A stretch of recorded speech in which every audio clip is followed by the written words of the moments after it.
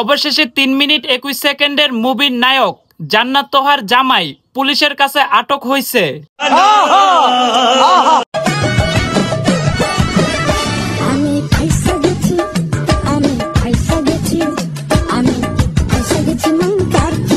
এখন আপনাদের মনে একটাই প্রশ্ন জাগতে পারে, তাদেরকে আসলে পুলিশ আটক করছে কেন?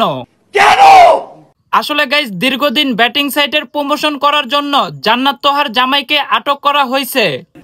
হ্যালো বন্ধুরা, যারা অনলাইনে ইনকামের নামে বিভিন্ন ওয়েবসাইটে কাজ করে প্রতারিত হয়েছেন ও যারা নতুন আছেন এবং কাজ করার জন্য বিশ্বস্ত প্ল্যাটফর্ম খুঁজে পাচ্ছেন না, তাদের জন্য সুখবর। আমি এখন যে সাইটের কথা বলবো সেই সাইটটি 100% পেমেন্ট করে, এতটাই সহজে চাইলে বাচ্চারাও এডি করতে পারে।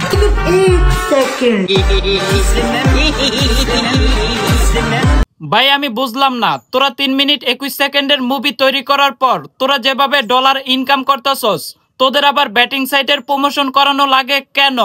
মানে দেখ আশ্চর্য। এখন যেহেতু ব্যাটিং সাইটের প্রমোশন করাই লাইছস, এখন আর কি করবি? এখন তোদের চোখের পানি আর নাকের পানি।